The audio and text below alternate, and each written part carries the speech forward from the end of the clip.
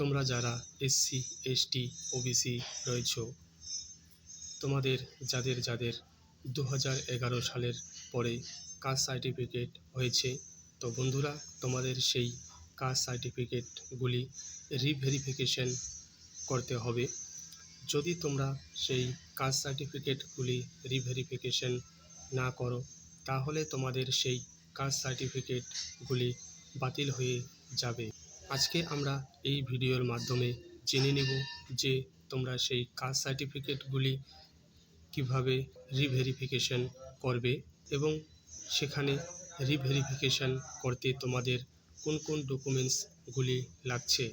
আজকে আমরা এই ভিডিওর মধ্যে আলোচনা করব, তাই ভিডিওটি তোমরা শেষ অবধি মনোযোগ সহকারে দেখো। তোমরা কেউ ভিডিওটি স্কিপ করে করে দেখবে না।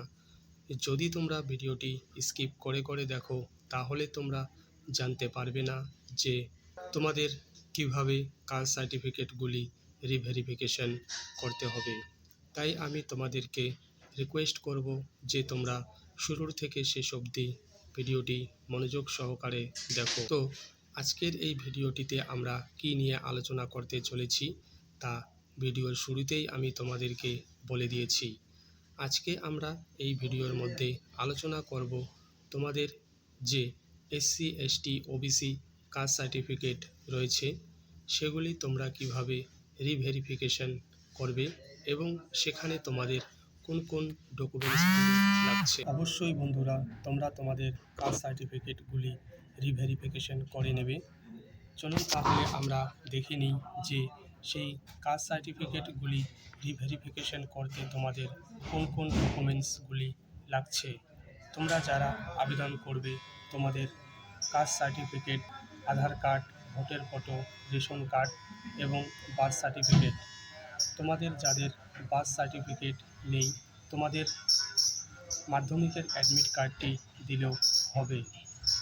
এরপর তোমার বাবার আধার কার্ড, ভোটার ফটো এবং তোমার মায়ের আধার কার্ড, ভোটার ফটো। এছাড়া তুমি এবং তোমার বাবা মা এবছর অর্থাৎ 2026 সালে যে ভোট দিয়েছে, সেই ভোটার লিস্টের জেরক্স কপি।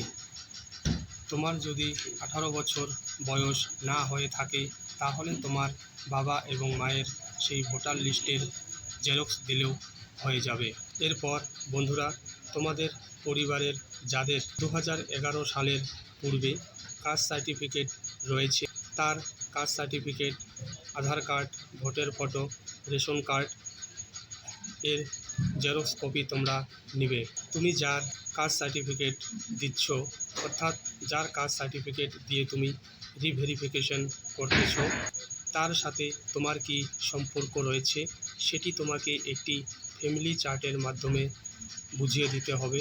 অর্থাৎ তোমাকে একটি ফ্যামিলি চার্ট বানিয়ে দিতে হবে যে সে তোমার সম্পর্কে কি হয়, যার কাস্ট সার্টিফিকেট দিয়ে তুমি রিভেরিফিকেশন করছো। এরপর লাগছে তোমাদের ইনকাম সার্টিফিকেট, অর্থাৎ তোমার ফ্যামিলির ইনকাম সার্টিফিকেট।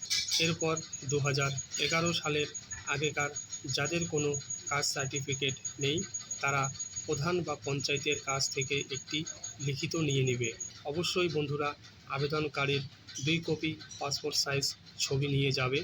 এরপর তোমাকে সেই কাস্ট সার্টিফিকেট রিভেরিফিকেশন ফর্মটি সংগ্রহ করে নিয়ে তোমার যে বিডিও অফিস রয়েছে, সেখানে তোমাকে গিয়ে তোমার এই ডকুমেন্টসগুলি জমা করতে হবে।